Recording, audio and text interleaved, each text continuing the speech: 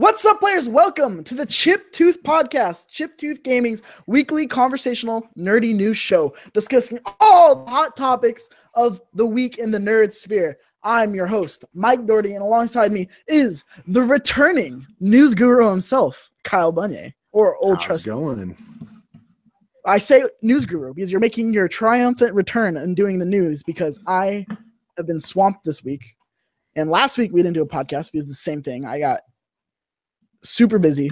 So I asked you to do the stories and you reluctantly agreed to do. I did reluctantly agree to it. And you'll see as we go through them, totally tailored to my interests. And I'm okay with that. They are totally Kyle Bunyea stories. I'm pretty sure there's something about a Joy-Con in here. Who cares? I cares. And I don't know if you've noticed, cleaner picture, clearer sound. I got some new stuff for my birthday. Kyle Bunyea is making some moves, ladies and gentlemen. Getting my ducks lined up. I'm going to knock them down. Knock them down and crack them necks. You know what I mean? Snapping necks and taking names. Cash check, son. Now you just need light. I know. Well, okay. I'm going to give people a sneak peek into the life of me. I'm in my living room, so I can't really get a lot of studio lights because I'm pretty sure my wife would not be okay with that. And we're trying to sell our house, so I don't want it to look like we shoot CD videos in our downstairs living room. It's awesome. No, I mean, that's how it looks in my living room all the time. This is our dining room. Can't even tell. See, that's okay because you're a single guy living with other single guys. Like, you're allowed to live like that. I'm married. Like, there has to be a certain level of maturity in your house when you get married. Your new place, though. You can't better have a studio. You can't decorate with empty soda bottles and empty alcohol bottles when you're married. That doesn't fly as Shut up, man. All right. It doesn't fly as a decoration. I'm sorry.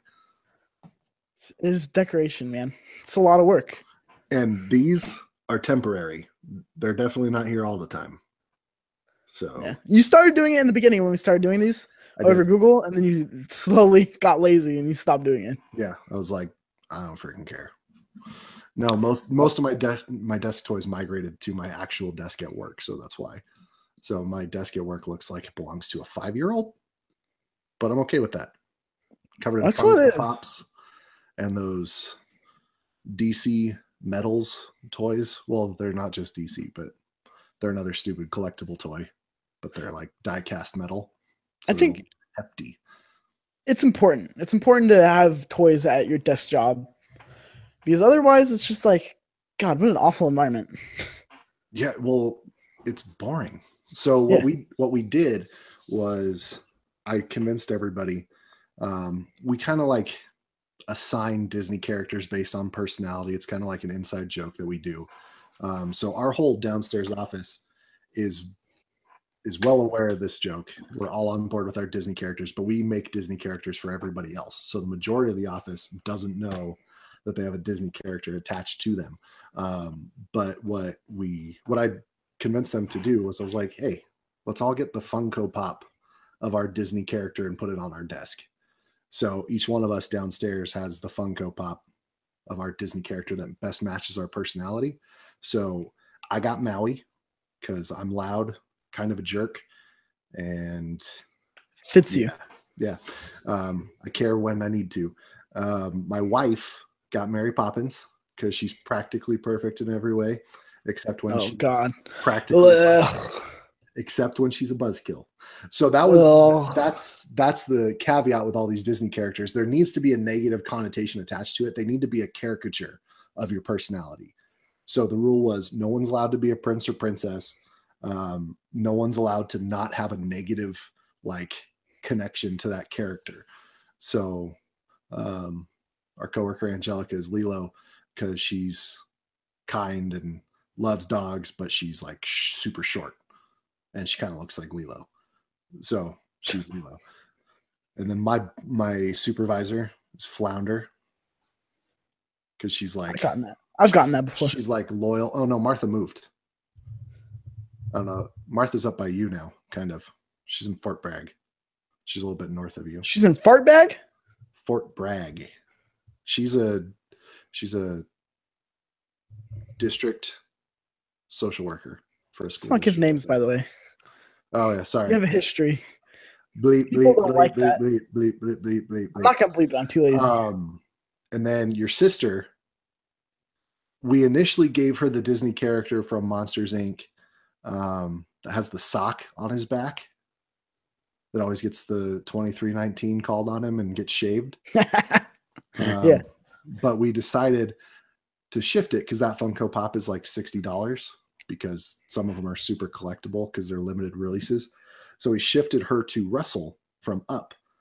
And the reason we did that is because the scene in Up where him and Mr. Fredrickson are hauling the house through the Amazon, through the rainforest, and he's sitting there going, I'm tired. My knee hurts. And he goes, which knee? My elbow hurts. And I have to go to the bathroom. That is my sister to a T. So, of course, only us two. None of these, nobody cares other than us. I know. So, it's really a fun thing to do with your friends or coworkers is just like joke about each other's personalities and assign these characters because then you can kind of rail off jokes, like little inside jokes to keep the workplace lively, to keep the workplace. Keep you from not jumping out the window. Yeah. Especially into traffic.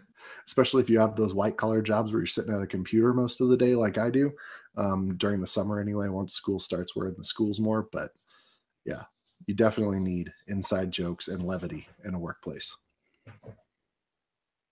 What was that? Is there a ghost? It's my dog. It's a ghost in KB's house. It's my dog. He's right there. Disgusting, right? There. He's all right. Anyway, KB, it's been 2 weeks basically since we talked last. We were going to do a music episode last week, but again, things got busy for me. Couldn't do it. Yeah, and some news broke this week, so we decided to change the topic of the show. But even then, it's like you didn't even put some of the news. The important news, which it's okay because I told you to do the news, so we're just gonna go with here.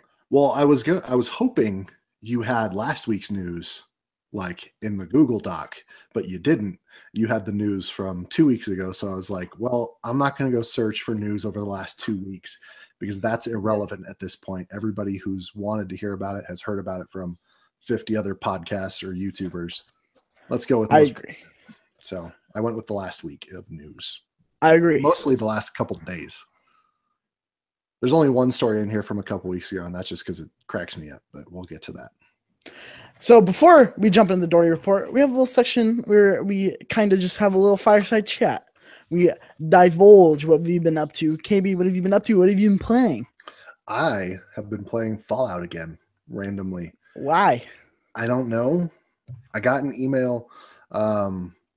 Every once in a while, I get an email from Bethesda that talks about featured mods, and a couple of them caught my attention. I was like, oh, that'll be really cool. I was like, you know what? I'm just going to start over. It's been a while since I played it. I still haven't beaten one of the DLCs, so I was like, yeah, I'll just start over and kind of mess around a little bit. So yeah, dove back into Fallout, playing Rainbow Six, still playing Splatoon, kind of sparsely, but yeah, keeping busy outside of video games though, so not too much time. But okay, it's weird. I wasn't expecting you to go back to that one. No, I wasn't either. 2-year-old game. Yeah, I wasn't either. I was just looking at it one day and I'm like, you know what? I'm gonna pop that in. I had it completely uninstalled, so I had to reinstall everything, which takes forever for a game that size. Why are you uninstalling things, man? Because I don't have an external hard drive, and I'm too cheap to go buy one. Feel it. Your dad life. Yeah. Money toward the kid. Yeah, well, yeah, and I'm saving up for other stuff. So external hard drive is the least of my worries right now. Yeah.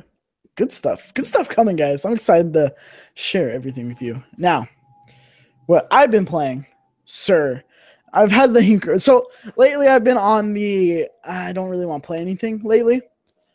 I don't know. I've just been not in the mood, and like content has been light just because it's like, I don't know. I need to get motivated. I need to find that motivation again. But some things came out this week. So I was like, oh, give some things a shot. So first of all, No Man's Sky made a return out of nowhere, fixing everything basically that was broke, like nobody liked about the game, basically living up to the promise that they announced the game with. And I got back into it. I actually jumped back into it for a little bit. It's fun. I miss it. I miss being able to just mine and just mindlessly do things, but it's cool that you can like build a base now and like everything. It's different. It's a really different game. And so I'm feeling that game a little more, but like, again, it didn't grab me. Sonic Mania came out. It is getting killer reviews. I never thought that like Sonic would be relevant ever again. In a big way, at least, but it is killing in reviews right now. It's only $20, and I have a bone to pick, Kyle Bunyea. You have a bone to pick. I have a bone to pick with Logan Wilkinson on Twitter. Bones. Pick some bones. A question. He says, "Hello, big fan. Why is Sonic better than Crash Bandicoot?" Logan Wilkinson, you are wrong. It is not Sonic. So here's my problem with Sonic, KB. All right, let me take you on this journey of Mike Doherty. I've played the classic Sonics. I have dabbled in Sonics before. On the PS2, I played the PS2 Sonics. I played the old classic Sonics on the Genesis. I played it. I've been there. You've had a taste. A taste. Just a taste. Just a little taste. Just a little taste. Of Sonic. And let me tell you what. I did not like that taste. I spit it out and vowed never to play another Sega game again. Sega. I thought I was just crazy. Maybe I was playing wrong. Maybe I was just being a dumb kid and I just didn't understand. So I was like, you know what? I'm going to be an adult. I'm going to buy this game because everyone's talking about it. You know, the OK Beast guys over there really enjoying it. The Kind Funny, or Tim Geddes in particular, really enjoying it. I'm like, you know what? I have similar tastes to these guys. I'm going to try it out. Download Sonic Mania, and I regret it instantly. Instantly. The tutorial level, I was like, this is not fun. And then I played the first couple of levels. Kyle Bunyea, have you ever wanted to blow your brains out playing a video game? The first 6 hours of Assassin's Creed 3. Okay, yeah. That's a good point. That's actually, yeah, that sounds accurate. Yes. It's so bad. Why do people enjoy this platformer? I don't understand. I never enjoyed it really as a kid. The only thing that was appealing to me about Sonic was he went fast. And then I grew up and I was like, Sonic kind of sucks. Sorry if I'm offending everybody. No, but I'm not. Everybody can go suck it. Sonic sucks. Don't do that. Don't do that. Terrible. No, it's just terrible. Like, I don't care how, like, no. Like, I could offend you all I want. It's a bad game. I get the appeal of the momentum. Like, the momentum throughout, like, keeping the momentum. That's the challenge of the game. You just get caught on things, and, like, I don't understand how you maneuver through those. Maybe I just don't understand it. Maybe I'm just playing it wrong.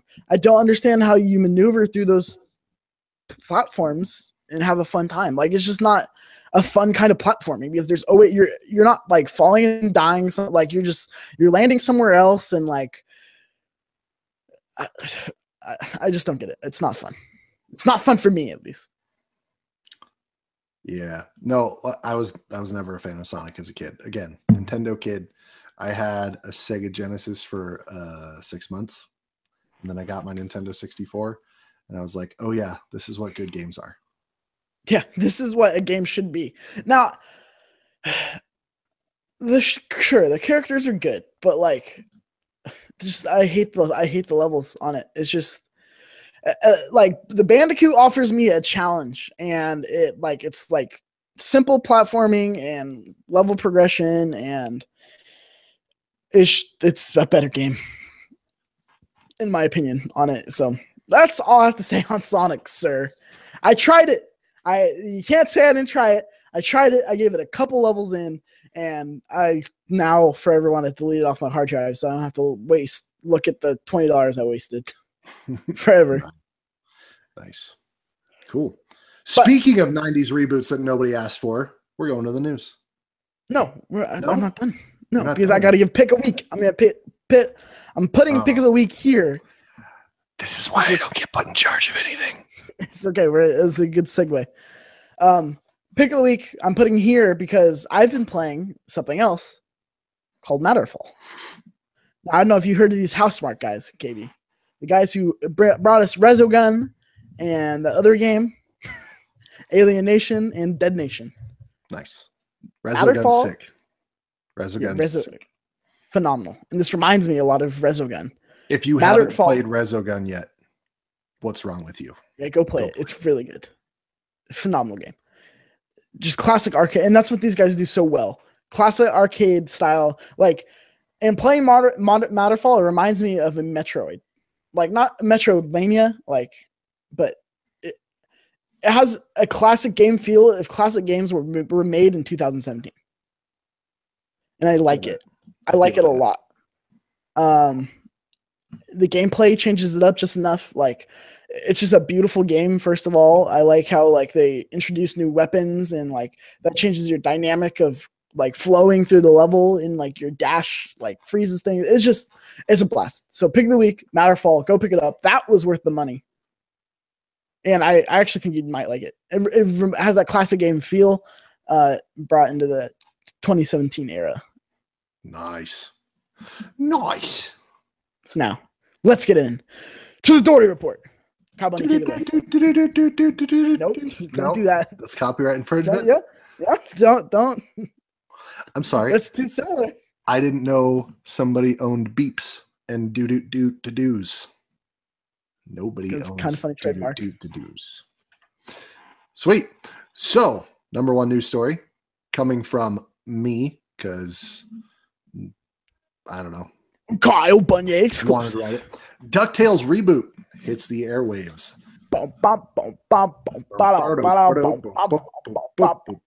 Life is like a hurricane here in Duckburg. I can't hear that song anymore without thinking about you joking that I should play that song on my wedding night. Not saying I didn't do it, but spinning it around. It totally ruined the song. No, so 2017's DuckTales premiered August 12th, so Saturday of last week, getting a lot of love from critics and fans alike. The reboot follows your favorite ducks, Huey, Dewey, and Louie, along with their Uncle Scrooge and Uncle Donald, on quests around the world discovering ancient civilizations and ancient treasures. The reboot looks to promise deeper stories that look into the Quack Pack's family history and possibly bring some family secrets to light. Did you, Mike Doherty, have a chance to check it out? I did. I actually did. And I didn't even know this was going to be on the podcast because I thought I was going to be doing the news and I would never put this in the news. I did. It's on YouTube right now for anybody who wants to go check it out, like the full episode. Which is interesting. Disney's doing interesting things. They're putting full episodes of things on YouTube. You're getting that hype train rolling, man. Yeah. Choo choo. I don't like the theme song. What? They should have kept the original theme song. Dude, you got to update it. You have to update it. Lady, I don't like the lady's voice. Sexist. That's not it at all. I just don't like it. Exactly it sounds what it different. is. Sounds different. I don't like it. But so different is bad? Do you not like change? No. I don't. Let's be clear. I grew up with DuckTales. I own every episode of DuckTales on DVD. They are on my shelf right now. I have the theme song on my phone. I do too, actually. Because it's so good. Like a hurricane. All right, we're going to copyright that. Oh shoot, it's still going. There's aeroplanes. It's a duck bird. I tried to pause it before they got into anything specific, so sorry, Disney. Don't sue us. We don't have money. So yeah, sorry. You didn't like the song. What else? What other takeaways? I thought it was good. I think they outdid DuckTales, the original. Like they made it more interesting, I feel. Because you go back and watch season 1 of DuckTales, it's rough. Absolutely. It's rough. It's a rough, but later it gets better. But like that first season's like, it's too plot thick. Like it's like I don't know. I don't. There was just something off about it. Yeah, it's a kid's cartoon, but with this one, it's awesome. Like again, we've talked about this ad nauseum at this point. Like creators are understanding nostalgia right now. Like I was watching that cartoon Saturday morning in my pajamas on my couch. Like I felt like I was 5 years old again, and I'm like genuinely invested in this story, and I'm listening to these voice actors. Because initially, like my wife was super skeptical about like Scrooge McDuck's voice. She's like, that is going to get super annoying super quick, because it wasn't what she's used to. It wasn't what she grew up with. But again, all that kind of melts away once the show gets going, and you're like, oh man, this is way more involved storytelling than I was expecting from DuckTales, from a Disney cartoon. I think they killed it, man. Absolutely. It's a home run. And like you said, I don't think it's as much as creators understanding nostalgia. I think it's fans finally being able to take the reins from the original creators. Right. So it's like someone like you is making DuckTales. Like that's awesome to think about. Like which gets me super excited because it was announced a couple of weeks ago.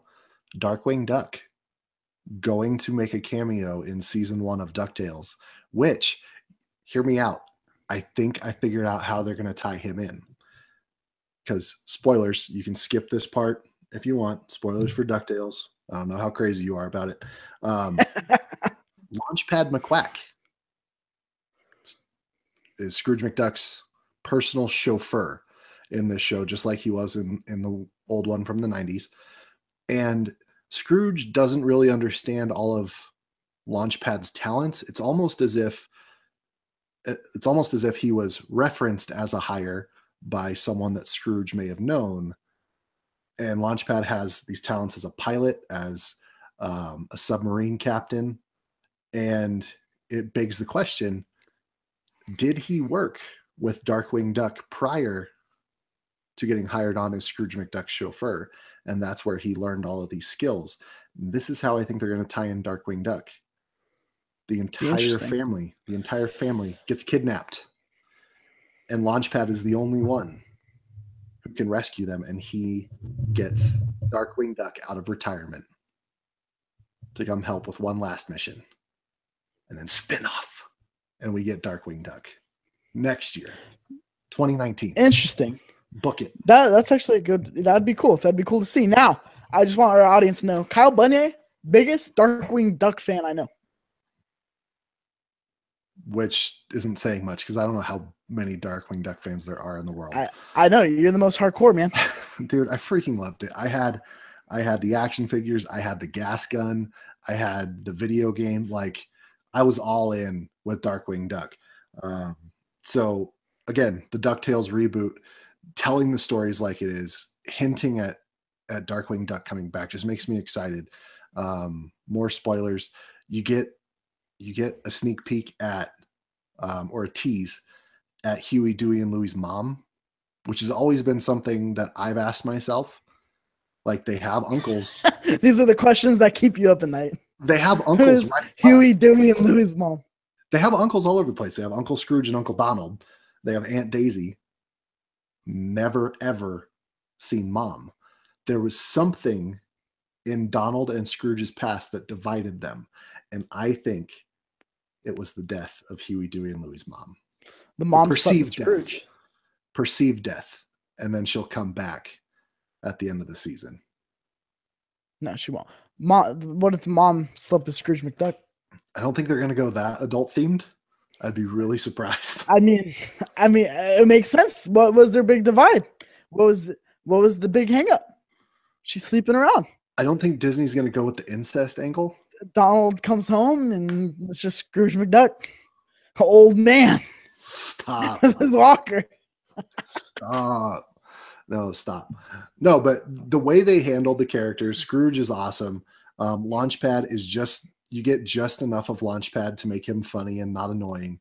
The nephews all have different personalities that are stark differences. Dewey, John Ralphio from Parks and Rec. Fun fact. I was listening and I'm like, that voice is super familiar. Where is it? Go on IMDb. I'm like, boom. That's John Ralphio. Who's John Ralphio? From Parks and Rec? Tom's buddy. Yeah. Oh, wait. Starts Entertainment 720 with him. Oh, okay. Yeah. And then Webigail being a lot more of an outgoing, adventurous, intelligent character rather than just the tag-along, annoying little girl that she was in the original one. And Mrs. Beakley, she can wreck fools in this new DuckTales. She's beefy. Like, she's not fat. She's buff. So that's kind of exciting. Can't wait for Mrs. Beakley to go out on an adventure and bust some heads with Launchpad McQuack. I feel it. I understand. This is really deep Disney lore. Right? Probably spent way too much time on that story, but it was probably the thing I got most amped about this weekend in a really terrible weekend everywhere else in the world. We got DuckTales back. Yeah. The one shining light. Our country's a mess. We're on the brink of Civil War II or World War III, but we got DuckTales. DuckTales. Yes. Punching white supremacists left and right. Oh man, Donald was in a Nazi cartoon in the 40s. Yeah, good. Poor timing, probably. At the same time. It was an anti-Nazi thing, anti-Germany thing. Well, if you cut out the end. Well, yeah, of course, if you cut out the end, it's totally. But the whole cartoon is a nightmare, and it was our propaganda. That they did that. It was our smear campaign against Hitler and the Germans. Which, why would Disney do that if he was an anti-Semite? I don't think he was. So hot take. Anyway, so moving on. We Happy Few. This news comes from IGN, written by Alex Osborne. We Happy Few to launch on PS4, Xbox One, PC in April 2018. Compulsion Games has partnered with Gearbox Publishing to launch We Happy Few on April 13th, 2018. In addition to the previously announced Xbox One and PC releases, a PS4 version will also launch on the same day. The game will be available both digitally and at retail for $60 US. Thanks to the studio's partnership with Gearbox, the scope of We Happy Few is expanding, and as such will feature a full-length story campaign, played as 3 different characters, and more than 250 unique encounters. Each playable character has their own set of unique benefits, as well as their own dark backstory. So they're tripling the amount of content. If you had purchased the game on early access, you get the full game, no extra charge, which is awesome because I bought it on early access for $30. Did you? Yeah. So I'm super excited about it because I had fun. I had fun with it for the brief amount of time I played it. As of right now, it's basically just a survival horror game. Stay alive as long as you can, and it's fun. But I can't wait to get into more of this story and more of this. Yes. Just more of the character interactions and the fact that we get 3 different perspectives on this world. Awesome. Kyle Bunyea, I cannot wait for We Happy Few. 2018, I feel like is going to be a strong year in gaming. Not as strong as 2017 because I think that's pretty much impossible to do now. But this is like the BioShock that I want. That 2K is not giving me. Seriously, like the entire aura and atmosphere of this game is like if Rapture was never destroyed almost. Like that's the vibe I got from playing We Happy Few and walking around when you're on your joy. When you're off your joy, it's a freaking mess. Everything's falling apart and nobody's very happy. But when you're on your joy, it's that weird dystopian. I love it. I love that feeling. I cannot wait for this game, Kyle. Like, it's just one of those things where it's like, is it gonna hold up? Like, is the early access gonna pay off? Having early access to people has that made people lose interest, or are we gonna see this game actually succeed? I think it's going to blow up because I think we're going to get. I could potentially see them having a big expo at PSX in December and kind of amping this thing up and revving that hype train, refueling that engine and getting things going. So, especially with the announcement that it's coming to PS4, I think it's going to have a large showcase at PSX. So, I don't think early access is going to hurt this at all. I think people were still excited about it when this story broke this week. Yeah, and of course the big story here is it's coming to PS4. Right. So Xbox loses another exclusive. Yeah, great year. They're really speaking of losing exclusives, Kyle. That's coming later. Just do it now. This is a good segue. Just do it now. Crackdown 3 release date delayed. Surprise, surprise. This story comes to us from GameSpot and Eddie McCutch. I'm going to go with McCutch. Say Eddie. Eddie. Crackdown 3 will no longer launch on November 7th alongside the Xbox One X. Microsoft confirmed today that the Xbox One and PC action game is now coming in spring 2018. Ugh. In a statement to Polygon, sorry, let me finish this because the statement cracks me up. In a statement to Polygon, Microsoft Studios GM Shannon Loftus said delaying the game will give studios Reagent Games, Sumo Digital, and Cloud9. I don't know how to pronounce that one. The game or the time they need to deliver the hugely ambitious game to their quality standards. We're very excited about Crackdown 3, and so are many fans. And it is so difficult. So it's a difficult call to move the release date, Loftus said to the site. However, we want to make sure to deliver the right game with the right quality and at the right time.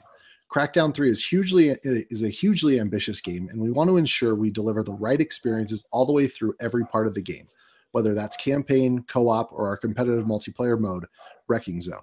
Getting the balance right between the three modes is important, and we're going to take the extra development time to ensure just that. Gamers can expect Crackdown 3 in spring 2018. No, you can't. That game's never coming out. Oh, it does scare me. This game has been pushed back multiple times now. This game's never coming out. This game is ridiculous. This is supposed to be like year one of the Xbox One. Yeah. The fact that they are not launching it with the Xbox One X says that there is something massively wrong with it. Like, I don't think they're gonna be able to recover. This is not something that's small, and I don't believe it's just amping up the quality a little bit. I think there's something massively wrong because they need the Xbox One X to succeed. They desperately need it to succeed. And this was the one game, the one reason that people had to buy the One X. You're forgetting about Super Lucky's Tale. And now they have nothing. They have Super Lucky's Tale. They have nothing. It's coming out the same day as NAC too. It's gonna be a problem. So now we're at a point in the Xbox One's life cycle, 4 years in, where they have 4 exclusives. Like seriously, we have Halo 5, we have Gears. I'm not counting Rise or any of the launch games because those games were crap. But they were exclusive. I mean, I think you do. I get that, but I'm just saying, like, there hasn't been anything. Consequence. Right. Like the PS4, even the exclusives that came in that launch year were critically acclaimed, like not like hugely loved.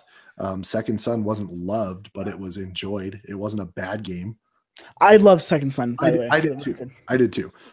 So you had PlayStation, you had Killzone, and you had infamous Second Son, and you had granted this is a remaster, but you had The Last of Us all in that first year. Xbox had nothing other than Rise, I think, in that first year. And that's rough. That's really rough. And we're still at a point where we're going, give us a reason to buy your console, and they're not doing it. Yeah. I don't think they will. I think they're in a very bad place to be right now. But I don't know if the next one like the actual Xbox, whatever they're going to call it, next jump, if they can sustain like this. Yeah. I did not think at the end of the last generation that going towards the end of this generation, we'd be saying that Microsoft is in the most danger of being the company that does not produce another console. I'm pretty sure we've talked on one of our past podcasts about Nintendo, right, being the one that we see going out first. Right, and now that narrative has completely changed. Xbox is the one on the outside looking in, going, "Crap, we have nothing. There's no real reason for anyone to own just an Xbox. There is none. No, not at all. Like if we're looking at the PC gaming crowd, and let's say you're trying to pull them in, which I don't think you ever would necessarily with a console, but they're looking at it going, I don't need to buy an Xbox because every game that comes out on Xbox, I can get it on my PC and play it on Windows. PlayStation has better exclusives. PlayStation has more exclusives. And then Nintendo has IP that I can't get anywhere else. And those are games that most of them grew up with. Crap console, but they'll give you awesome games. Right. Xbox has lost its hold on online gaming. PlayStation has stepped their game up tremendously with PlayStation 4. Yeah, it's not that jump that the PS3 and 360 had where it was like, okay, this one's obviously better by miles. Right. That was the 360's stranglehold last generation, was their online. The Xbox Live Marketplace and the Xbox Live environment was so much better, and it had such a better structure than PlayStation Network. And I think they're very, very much parallels of each other right now. Yeah. Yeah. And then it's like, so you're naming exclusives. Don't forget Quantum Break. Someone's going to bring it up in comments. Right. And Sunset Overdrive. Like, I understand those games are out there. Yeah. I understand that. But that's all they've been, is back then. Like, there's nothing on the horizon. I don't think there is going to be anything on the horizon. It's either they're holding games for the next thing, or they legitimately can't lock down an exclusive, because they shuttered all the studios that they had, shut them down, and canceled all the exclusive games that they did have coming. Yeah, it's crazy, and they're losing all of their timed exclusive windows with these big third-party games like Call of Duty, like Destiny. I don't know what they have left. I don't know what cards they have left to play. Yeah. Sorry, Mike just turned off the light. Just leave unplugged. You're good. Just leave unplugged. Just leave unplugged, because it will blow up. It's a haunted light. I don't know. I hope it's not broken. Anyway. Sorry about that. You're good. You're good. So with the end of that story being just another mess for Xbox, we move on to Ubisoft having yet another leak. Surprise, surprise. From the studio that leaked Assassin's Creed Origins comes our next leak. Rainbow Six Siege Blood Orchard Operators leaked this week. Finally. Yeah, we've been waiting for this a while. Operation Health has taken a lot longer than I think Ubisoft anticipated. So here we go. A thread on Rainbow Six Reddit has leaked 3 new operators coming with the release of Operation Blood Orchard on August 29th. So next week. No, not next week, 2 weeks. So 12 days. We're getting 3 new operators, 2 defenders, 1 attacker, along with their special abilities all leaked. So number one, this, from what I understand, this character was supposed to get, like they were planning on a season launch all its own. So this was going to be a map and 2 operators, but they decided to focus on the 1 operator and lump them in with Blood Orchard, which is the Japanese DLC. So Ella is the first one, a defender. Her main ability is the Grismont Mine, a concussion proximity mine that can be attached to surfaces. The mine impairs hearing and causes dizzying effects when triggered. So kind of like Fuse, the guy you put his thing on the wall, launch it. I'm aware. Launches in flashbangs instead of lethals. So kind of nice on hostage. Don't have Oh yeah, I didn't even think about that. don't have to worry about Mike Doe killing the hostage anymore. With that. Mike Doe will kill a hostage. Yeah. So operator number 2, Legion, also a defender, whose main ability, Goo, Yeah, Go GU, yeah, it is. injects enemies with a toxic compound delivered through mines. The toxin damages enemies and limits their speed. So it's a disorienting mine, basically, that when they walk by it, it triggers and hits them with this stuff that makes the camera go all haywire and your vision get all blurry, kind of like Echo's drone when you get hit with Echo's drone. So kind of cool. Oh wait, sorry, I mixed up Ella's and the next special ability. Ella's special ability is a proximity mine. It's not it's not a launching thing. Got it. Sorry, mix that up. Ying, the third specialist, is an attacker. Her main ability is a cluster of flash charges called a candela that can either be attached to surfaces or thrown as a grenade. So you can chuck this thing into a room and it scatters, and you have multiple flashbangs go off at the same time, or you can attach to a surface and launch multiple flashbangs into the room. So pretty cool. Yeah. Along with this, Ubisoft yesterday released a tease of their new map for Blood Orchard, which looks like an abandoned Japanese theme park. Yes. Awesome. It looks awesome. So if you haven't checked, if you're a Rainbow Six fan and you haven't seen the tease of the new map, go check that out right now. It looks amazing. So me, KB, and the best friend in the business, Connor Green, big Rainbow Six fans. We're gonna be slaying this map. We convinced Double D here to buy the season pass, and since he's bought the season pass, there has not been one operator release, correct? Yeah, I bought this in the beginning, and nothing has ever been released. Well, I think the purple guys, the Spanish ones. Jackal you're right. And Mira, you bought it right when they came out. So you got all the special operators before that, and then those two. But they're continuing. They're not done by any stretch, which is really nice. They've talked about this multiple times, how they're going to keep going. So just kind of nice. End of the month, Operation Health is going to be over, and we're moving on to Operation Blood Orchid. Awesome. I'm excited. This is going to be, I don't know. Rainbow's Rainbow's the reason I bought an Xbox, and for you guys. Yeah, you did. And you're going to be playing Destiny with us, fool. Yeah, caving on that. Give that a try. I'll probably hate it like Sonic. Speaking of Destiny, segue. Coming from GameSpot, Destiny 2's official merch lineup includes bathrobes and scented candles. Yeah, I can get down with this. The story coming to us from Alex Newhouse. Officially licensed video game merchandise is no new phenomenon, but somehow the range of different items that game companies will brand never ceases to be surprising.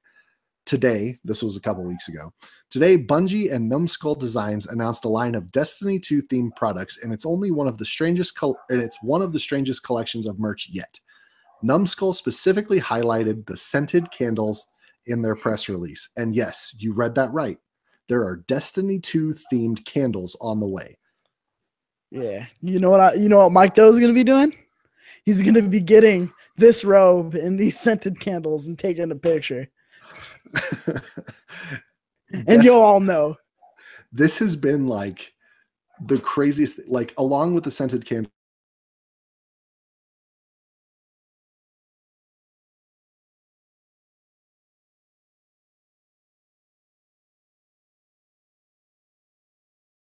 Oh, did I just lose Mike Doe? I think I just lost Mike Doe.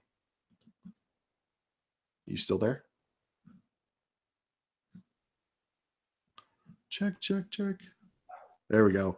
Video's back. I don't know what happened. You cut out as along with the scented candles, not camels. Okay, sorry.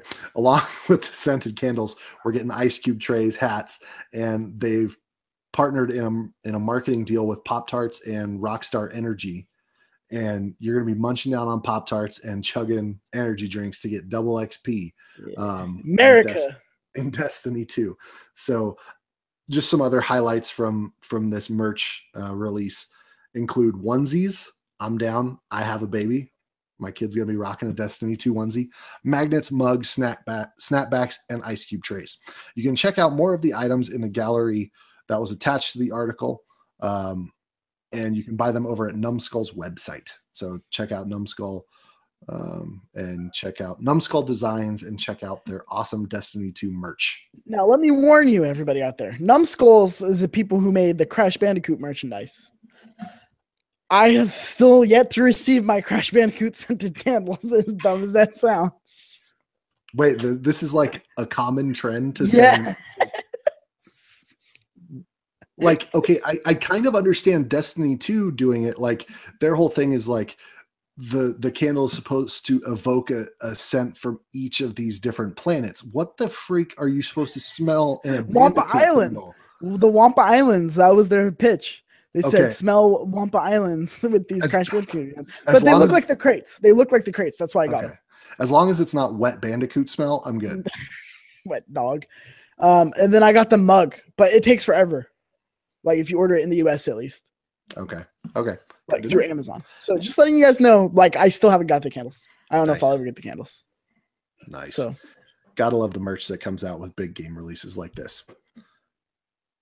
It's cool. I like it. I like having stuff. Sorry. Go. Speaking of marketing and ridiculous things that are sold in stores, new Nintendo Switch bundle includes Splatoon 2 and new Joy-Con controllers. Boy. This story coming from GameSpot again, from Chris Pereira. Those still in the market for a Nintendo Switch will soon have a new option when deciding how to purchase it. Nintendo has announced a new Splatoon 2 bundle for North America, though only a single store will carry it. Following the launch of Splatoon 2 bundles in Europe and Japan, North America will get one starting on September 8th for $380. It includes the Switch, a digital copy of Splatoon 2, and a carrying case. It will only be available at Walmart. Nintendo did not say how long it will be available for. Wonderful. And you have to survive not getting shanked at Walmart.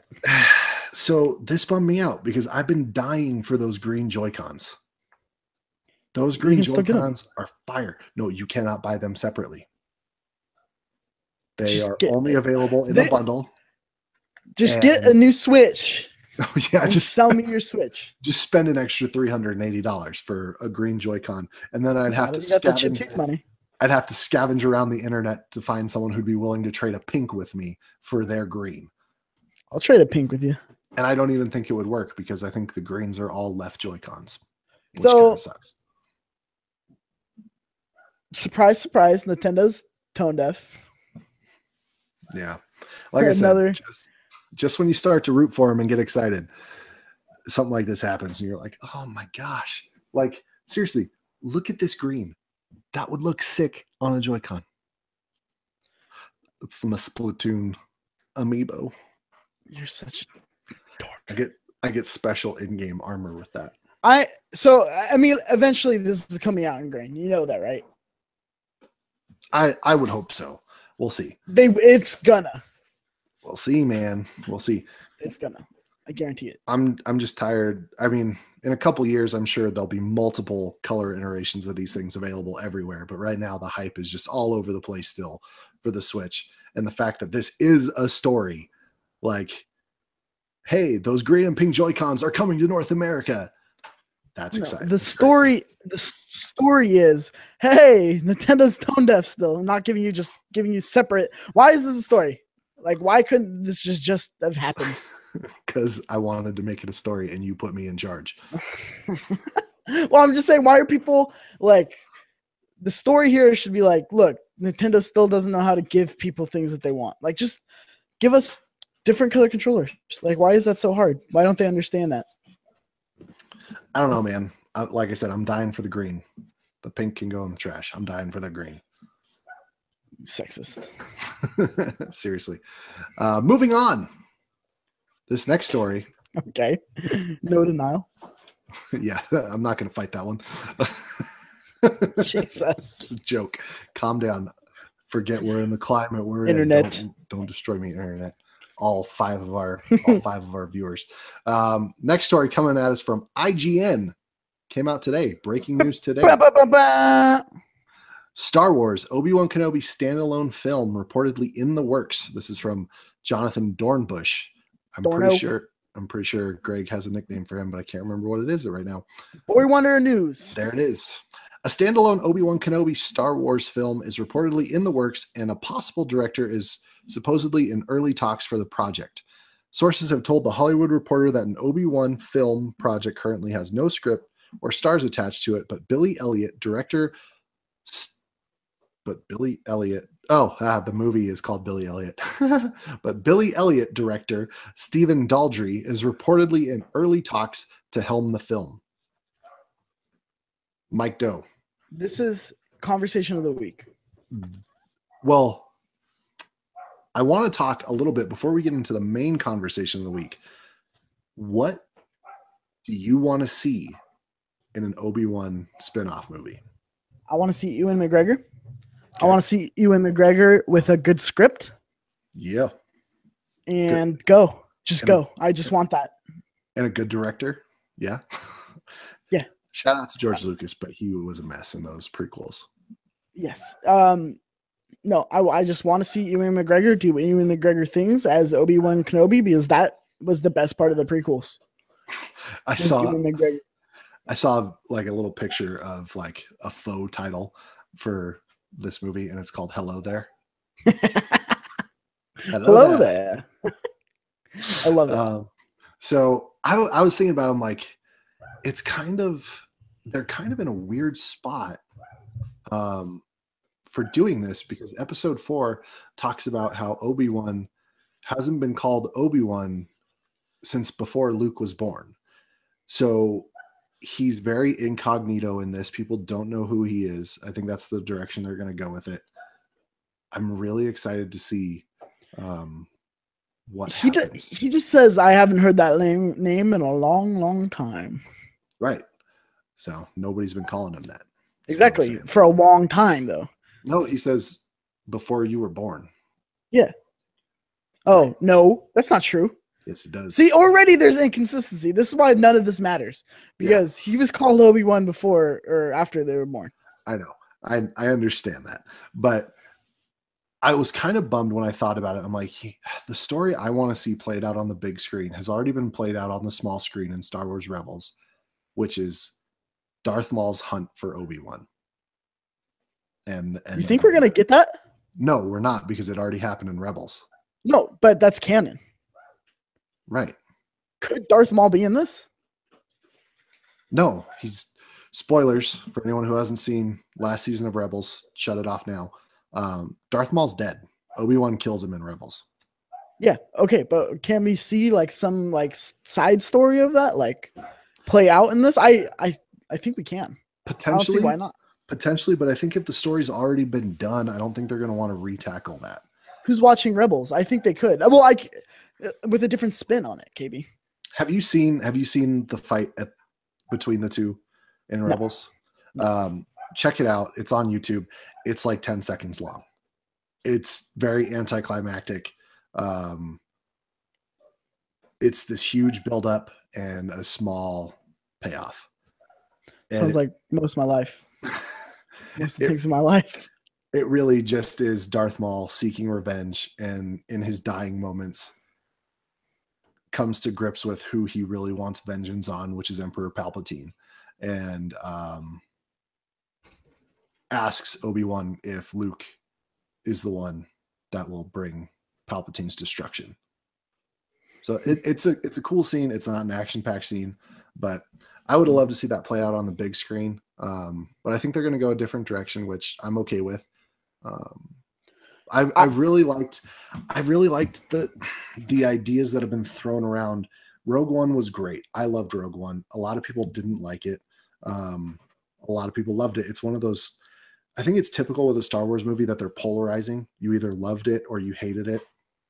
Rogue One I loved, and I think the Han Solo standalone movie is going to be fantastic. I know there's a lot of people scared about that, but Ron Howard is a great director. I think it's going to be more than okay, and I think it's going to shock a lot of people. And I'm just so excited. God, 2017 in the entertainment industry is the time to be alive. This generation. We're getting a Star Wars movie every year. I'm getting a Justice League movie. I'm getting another standalone Batman movie. We're getting the Infinity War. Good Thor movie. Yeah. Oh, Spider-Man, the fantastic Spider-Man movie. Yeah, I loved Spider-Man. We're getting and then games, music, everything, man. It's firing on all cylinders, and then the whole world's falling apart at the same time. Yeah. So this is our escape.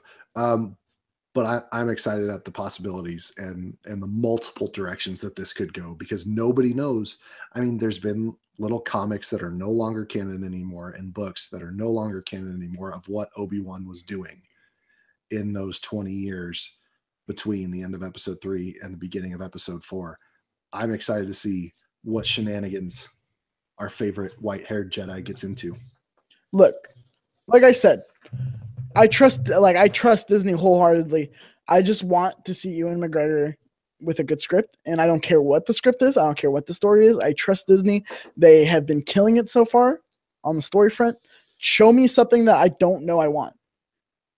That's all I ask. Seriously, which is awesome, because it leads into our topic of the show. Or it's Conversation of the Week. I don't know why you changed it. Oh, sorry. I don't know. Conversation of the Week. I deleted. Here was my problem. I went into the Google Doc when you said, "Oh yeah, just do it," and I deleted everything except for your little spiel in the beginning, and I just went in blind. Went in dry. So, Conversation of the Week. If you were in charge of choosing the next Star Wars story spinoff, what story would you want to tell? Okay, you go first. Okay, so I was thinking about this today, mostly on my drive home from work. And the story I want Rogue Squadron.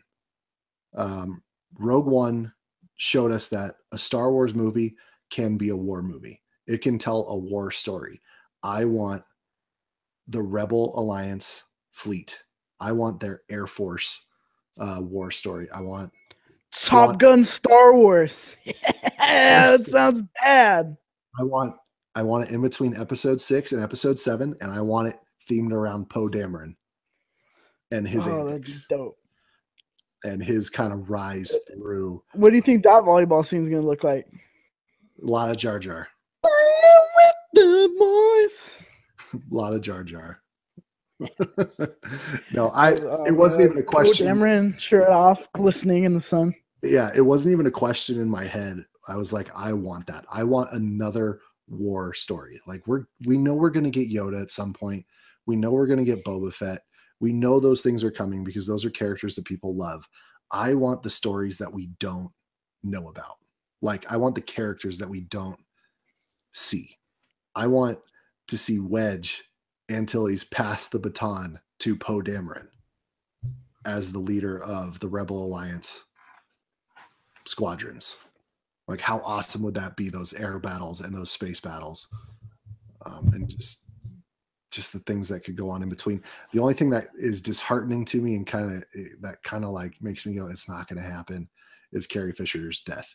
Yeah. If a Rogue Squadron movie is going to happen, it's going to happen either during, bumped the pop filter, either during the original trilogy or post new trilogy. Yeah, that sounds like a brilliant idea. I love the idea of Top Gun Star Wars. That sounds amazing. Just can't wait for the sex scene. The take my breath away. Bum, bum. I hope they use the same exact soundtrack too. See this tongue silhouette. Oh God. I hope Tom Cruise is in this movie. Some things can't be unseen. Somehow, what you don't know, Top Gun 2 is the secret title for Rogue Squadron. Val Kilmer. Dang. Val Kilmer, Tom Cruise in space. Blow my mind, man. Training Poe Dameron. That's awesome. I'm on board with it. Where do we get Steve Harvey in here? I think what role can Steve Harvey play? Oh my gosh, I'm not on board with that joke. I think I'm going to watch Top Gun tonight. Now that I think about it, so I'm excited. Yeah, Tom Cruise. Now, KB, I'm going to shock the world right now. I want a prequel spinoff. I want Explain yourself, sir. a clone trooper like the 501st like story of the clones that are friends with these Jedis and have a strong bond with these Jedis right up to the time Order 66 is given. And what's going through their mind, what their squad has to deal with, the conversations that they're doing. Like make it a war movie and them knowing that Order 66 is coming and that like, like the how they deal with killing their commander that like they like have become friends with over time, who has saved their lives in the past. So you want it to this is what I think when you say that. You want it to start post I can't think of the planet right now. Post episode 2, like start right after episode 2 ends, and follow a specific troop of clone troopers, and kind of like mid episode 2, beginning episode 3. Okay, and follow a specific group of clone troopers and their commander. Yeah, like I think it would be cool to be like the clone troopers as stormtroopers, and then they have like a flashback story of like it all started like on Geonosis and blah blah blah, and it has like a cool Geonosis thing, and then That's it shows the planet I was thinking of, and then it has like a connection with like it shows like one like Rex or like one of these clone trooper, like one of the clone troopers like have a connection on Geonosis with like this Jedi that like he didn't know, and the kindness that they showed him, and then jump like 10 years or however long, and it's like right like almost going into episode 3, and it's like they have a connection with like these Jedis and like the behind closed doors that the clone troopers are having about it, about like like the day is going to come one day, and we're gonna have to kill them and like do this and blah blah blah, and just like going, and then like the battle that they're having, and some clone troopers like are like, yeah, like I'm all about it, like these Jedi, like they're like we're living under their boot and we need to get rid of them, and then like having it to where it's like them as stormtroopers too. I think it would be super cool. Yeah, no, that idea hadn't even crossed my mind, but I love the idea of delving into the psychology and the psychological effect that executing an order like that on someone that you had fought battle after battle alongside and have saved your life in the past, like saved each other's lives probably potentially, and developed this bond. what you're pitching would put Tamara Morrison, the actor who is the Clone Wars, would really put a heavy load on his shoulders, but that would be really awesome. Yes, I mean it would be phenomenal. Like make it a war movie too. Like do what you did in Rogue One. Like make it like a hard hitting. Like they have to like show like that. Yeah, like these clones may be clones, but they're like dealing with like some serious stuff, and like the themes that they like watching someone die, and like I don't know, like the idea that they're living on an accelerated life cycle. Yeah, like I think you could do a lot of cool things with that the prequels did set up pretty well, and like just like the Jedi Council and like what they think of them, and like follow like different like Jedis in the Jedi Council that we don't like have backstory for, and like it's a cool way to see the different dynamics between things, and then boom, Order 66, and then all of a sudden you're under the Empire, and then just like what it felt like that day, and then eventually they got weeded out, the clones got weeded out, and for actual people. Right. Guy, there's so much potential there. That is an idea that, like I said, never thought about it, never realized I wanted it until right now, because I'm like, it's totally up Disney's alley, because they can do cameo after cameo where it's not even like a speaking part. The specific battalion or squad that you're following could be sitting at a base camp, and one of the transport shuttles lands, and Anakin and Ahsoka get off, and you just see them walk by, and maybe they talk about him under their breath or whatever, and it's like, that would be freaking cool. Yeah, where you see that whole war and that whole time from a different perspective, where maybe we'll get a good movie out of it. Because it's fascinating. I loved the era of the prequels, but it was a bummer that it had the script that it had. And the writing, the directing, just everything was just a disaster. But the worlds always fascinated me in the prequels. Not only the worlds, but like the characters. Like I loved Mace Windu, dude. And like I think it would be cool like if like the clone troopers like hated him, but they like loved like, you know, Yoda or like, you know, like the dynamics between that, and then it's just like those worlds are super cool. And like the idea of the Clone War is like I'm like it's always fascinating. That's always been my favorite story. And that's why I like Star Wars Battlefront 2, like the PS2 one, so much, because it follows the Green Berets of Star Wars, like the Republic, which is the 501st, the 501st Legion. Right. That was Vader's unit. Yeah. Because they were like the elite. And that's one of the best Star Wars stories ever told, and nobody ever really talks about Star Wars Battlefront 2 as like a good Star Wars story, but that was my favorite part of that game. Yeah. No, I love the idea of giving a story to the nameless and the faceless. Like there's so many depths that you could go to with each one of those characters. Maybe, you know, just inside of maybe this core group of 4 troopers, you have, you know, some that can't come to grips with the reason why they're even alive, the futility of their life, that they're cannon fodder. Maybe some are struggling with that idea of it doesn't matter what we do, we're on an accelerated cycle anyway, and we're going to be dead by the time we're 20, or however fast that cycle is. Like there's so many different ways you could go with that, and so many different little nuances and caveats to that story where it's like, man, that would be really cool to dive into and really dissect that and dissect each of their individual minds and see what was going through their brain during this time. Be rad. And like how different, like even though they're clones, how different each one is. And like, you know, I just want to see Emperor Palpatine go, Commander Cody. Again, execute orders. I just gives me chills every time, man. Yeah. Great writing. Yeah. And that's another thing that they could highlight is the struggle to be seen as an individual and not just another clone. Yeah. And that's where you could get into some of the clones' frustration with their Jedi commanders. Some of the Jedis may look at them as just clones, just, and then they get fodder. Yeah. And some of them will have no problem, like you were saying, no problem killing them.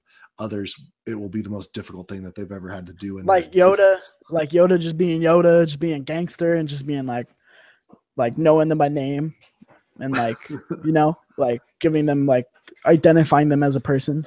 Right. Potential, man. Yeah, that would be awesome, because you could bring back Yoda, you could bring back Sam Jackson. Every movie. Oh yes, every movie. Favorite one. Okay.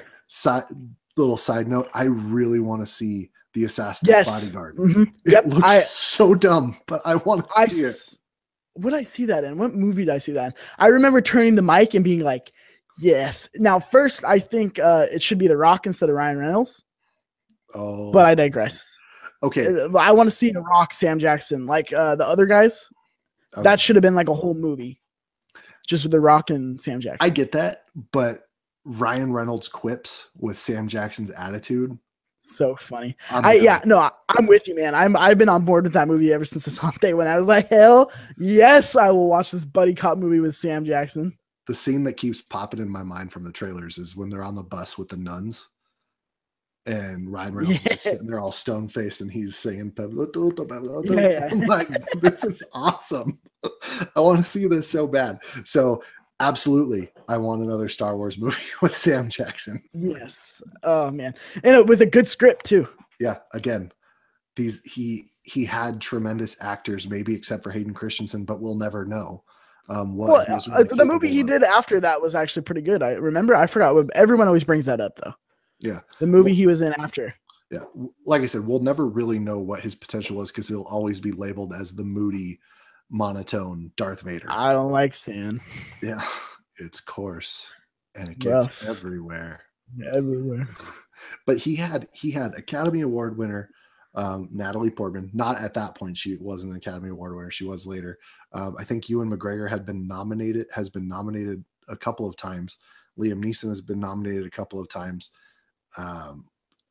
he had these tremendous actors, and it's like, what did you do? Yeah, I know. It's such a disaster. Now, one more pitch before we go here. I'm listening. I want to see a Darth Vader versus Sand movie. Jeez. Like, I just want to see him on Tatooine, like, no, like on, like, just like covered in sand and like just try to eat him. Oh my gosh. No, but guy, have you read any of the Vader comics that are going on right now currently? No.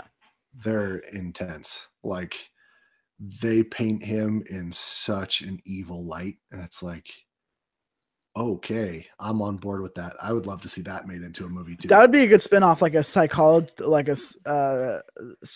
a psychological movie on Darth Vader. Yeah, just delving into his psyche, his struggles, and his just burning hatred for life at this point, because he's lost everything. No, so yeah, a lot of potential. I think we're going to be getting Star Wars movies until we're dead. Which, if they're this good, I don't mind. With our body types, could be 10 years. But got a good 10 years left of me. But again, news every year that we're getting a Star Wars movie is just amazing. We're going to be getting the new toys coming out in a couple of weeks. I think it's the first Friday in September is Force Friday. Target's got all their Star Wars toys on clearance right now to make shelf space for all the new stuff coming in. We're going to get a trailer soon for episode 8. I'm excited. So excited. And then this Obi-Wan news dropping today. God, what a time to be alive. I got DuckTales. I got Darkwing Duck. I got Batman. I got Star Wars. I got my wife. I got my kid. I'm a happy dude. I know, dude. It's a good time to be alive. It really is. I mean, in the entertainment industry, and not as a minority in America.